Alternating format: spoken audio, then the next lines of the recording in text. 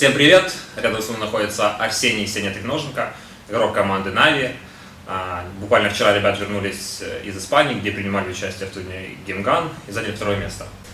Сеня, знаю, вы ехали на турнир, нацеливаясь на первое место, но очередное второе. Можешь вкратце описать, в чем причины такого результата? Конечно же, мы всегда едем на турниры за первым местом, и у нас уже сформировалась определенная, с одной стороны, хорошая, с другой стороны, негативная статистика, когда 7-й турнир к ряду мы попадаем в финал, и 6-й турнир к ряду мы проигрываем. При этом 3-й финал мы проигрываем команде Fnatic. Не знаю, с чем это можно связать, но каждый финал мы играем на максимум, но при этом мы играем его в очень неудобное для нас время.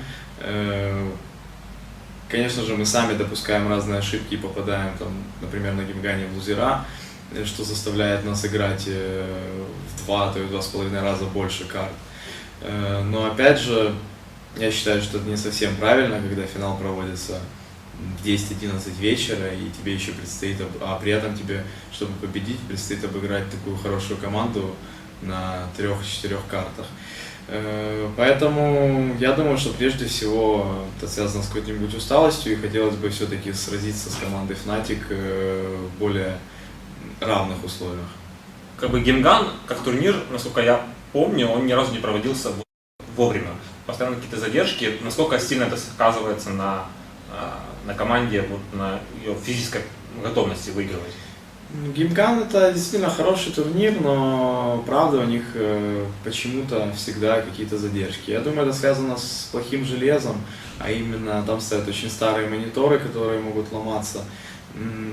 Также там очень часто стояли какие-то не очень совсем мощные компьютеры, хотя в этот раз они были более-менее нормальными. Но опять же, когда у тебя 40-50 компьютеров, всегда может что-нибудь поломаться. А в этот раз у них не было компьютера на замену, и, соответственно, например, когда у Старикса поломался компьютер, мы не предоставили замену, а сначала пробовали решить проблему на существующем железе, а потом меняли целую материнскую плату. И что требовало, опять же, раскручивать весь системный блок, менять ее, закручивать и так далее.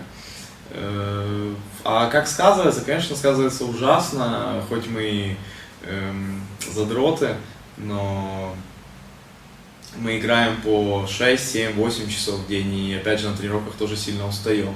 А когда ты просыпаешься в 8 утра, в 7 утра, идешь играть с 10-11, а еще лучше не играть, а начинаешь турнир с того, что тебе нужно ждать там около 5-6 часов, то это очень тяжело, потому что ожидание оно очень выматывает, наверное, даже больше, чем сам игровой процесс.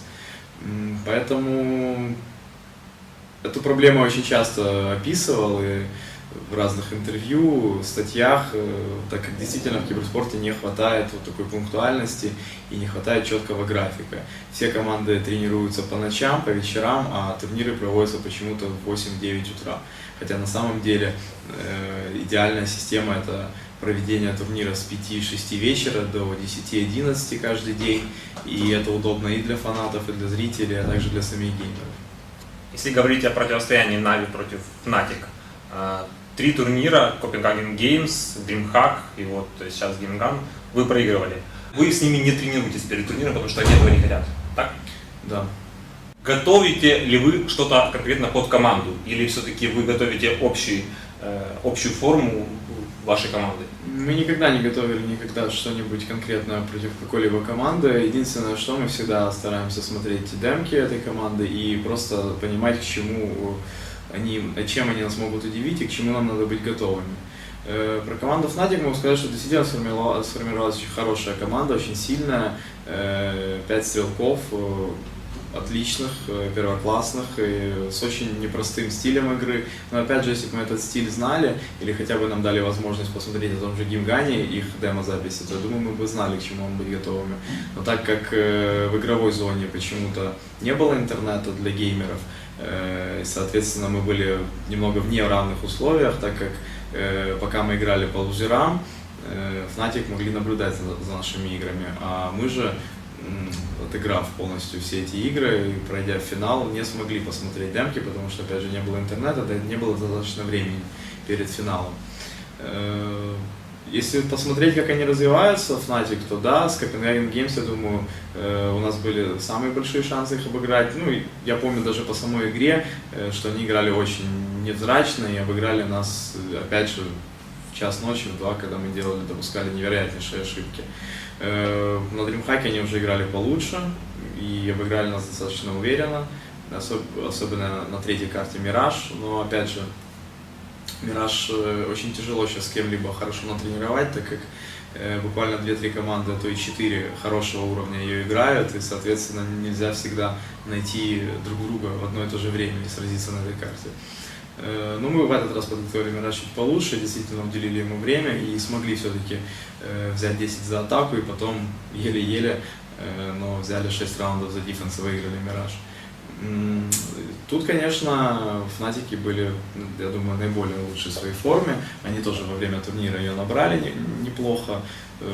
Все показали себя очень классно. И я могу их только поздравить, но хочу сказать, что придет праздник и на нашу улицу. Я замечаю, что во время игр вы набираете преимущество, и буквально когда у вас счет, скажем, 8-1, вы как-то расслабляетесь. Считаешь ли ты, что ваши проигрыши связаны только с вашими фейлами, или все-таки большую роль играет то, как соперник подошел вот именно к этой игре? Ну, трудно оценивать соперника, поэтому я могу всегда только оценивать себя и свою команду. И могу действительно сказать, что мы очень хорошие игроки, очень много посвящаем Counter-Strike, и, соответственно, трудно сказать, что кто-то сделал что-то лучше, чем ты. Соответственно, всегда видишь свои какие-то ошибки и понимаешь, что эти ошибки привели к поражению. Поэтому я думаю, что мы всегда проигрываем только себе. Хотя, конечно же, команды тоже тренируются, они тоже хотят победить и они заслуживают найти победы. Если даже брать нашу игру с Fnatic, то вы можете увидеть, как отыгрывали некоторые игроки. Они делали сумасшедшие фраги и именно старались против нас. Они мне напоминают даже в какой-то манере нас в 2010 году, когда невероятная воля к победе была, невероятное задротство и тренировки постоянные. Но опять же, я думаю, что даже нас в 2010-м обыгрывали и в 2011-м, поэтому опыт берет свое, и в будущих турнирах они обязательно будут. Мы еще сразимся с Fnatic и обыграем.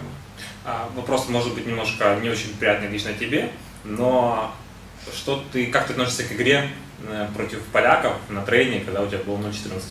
Почему это происходит, почему ты в игре не можешь никого убить, и как ты вот лично с этим справляешься?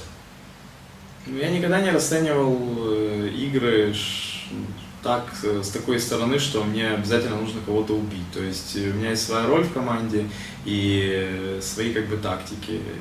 Если у меня выходит идти по заданному маршруту, скажем так, и на своем пути видеть противника и убивать, то значит я убиваю. Если нет, то нет. Соответственно, если брать конкретный матч против поляков, то перед этим матчем был неправильный поступок с моей стороны. Это то, что мы с Маркелом решили пойти в магазин, накупили очень много воды. Магазин находится в минутах 10-15 от игровой зоны. Все это пришлось нести, немного устал. Ну и, соответственно, чувствовал себя не лучшим образом. Но если брать по игре, то, возможно, если пересмотреть демку, можно понять, что мы и тактически поступали, в принципе, неправильно. Потому что, как бы я ни сыграл, сколько бы я ни убил, проигрывает команда, в первую очередь, и счет 0-15 говорит сам за себя. Потому что даже 4 в 5, грубо говоря, да, очень многие команды могут взять хотя бы 1, 2, то и несколько раундов. Но мы все ошибались и делали неправильные решения. Ну а поляки, в принципе, они просто хорошо отыгрывали, они понимали, куда будет идти атака. И опять же, если вы знаете, то я очень часто за террора вхожу на зелень, а у поляков, грубо говоря, был такой человек Лурд в этом матче, который набил то ли 25, то ли 30 фрагов. Да, соответственно, я умер 14 раз, значит, он убивал не только меня. Ну, грубо говоря, поперло. Я на самом деле просто очень рад, что, несмотря на все, команда смогла собраться после такого разгрома. То есть я помню наши глаза после этой первой карты и понимал, что на самом деле уже нереально ничего сделать, но как оказалось, все реально. Мы отдохнули 5 минут, сказали сами себе, что еще 2 карты впереди, и эти 2 карты будут наши. Ну, так и случилось, мы их обыграли достаточно уверенно и рады. А придают ли тебе такие вот ситуации какой-то личной мотивации? Ты понимаешь, что тебе нужно больше играть, или доволен ли ты вообще своим уровнем подготовки?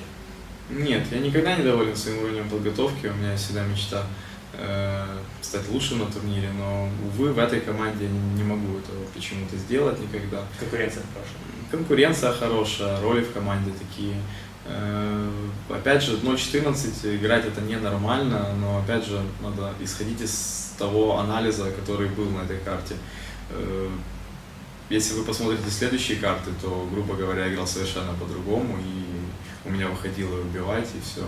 Но маемо то, что маемо. Особенно, кстати, очень тяжело на этом турнире, такой особенностью было из-за старых CRT-мониторов. Очень трудно было видеть противника в дым.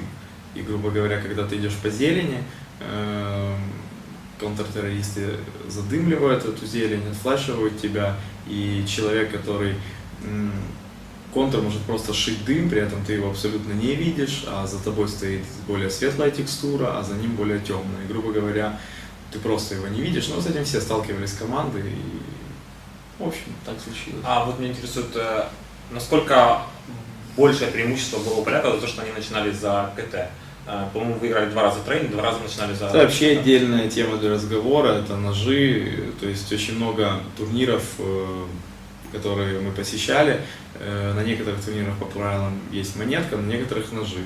Ножи отдельно никто никогда не отрабатывает. Ну а мы вообще этому моменту не уделяем никакого внимания, так как считаем, что вообще не важно, за кого начинать. Но на самом деле это очень важно. Ну, может, не очень, но важно. По крайней мере, если ты начинаешь психологически доминировать за какую-либо сторону, то потом переломить ход игры очень тяжело. Но мы, опять же, проиграли то ли 5, то ли 6, то ли 7 ножей подряд. Ну, мы как бы не отчаивались, начинали за более слабую сторону и проигрывали. На самом деле неизвестно, что случилось, допустим, опять же, с нашим трейном, потому что перед турниром мы очень хорошо его тренировали, обыгрывали многие команды и чувствовали себя достаточно уверенно на трейне. Это была одна из наших самых сильных карт, такой, как она была всегда. Но на этом турнире почему-то не срослось. Я думаю, все-таки что-то связано с CRT-мониторами. Потому что все остальное, как бы, все то же самое, как на других турнирах, но такого провального трейна у нас еще не было. Надо смотреть демку, анализировать, то есть какие-то точки мы не могли пройти какие-то позиции противников, почему мы их не могли пройти, можно уже будет оценить из демозаписи и по собственным воспоминаниям. Ну, будем ближе к концу интервью подходить. До конца года, насколько мне известно, будет еще около 6-7 турниров. Какие у вас планы и что планируете посетить?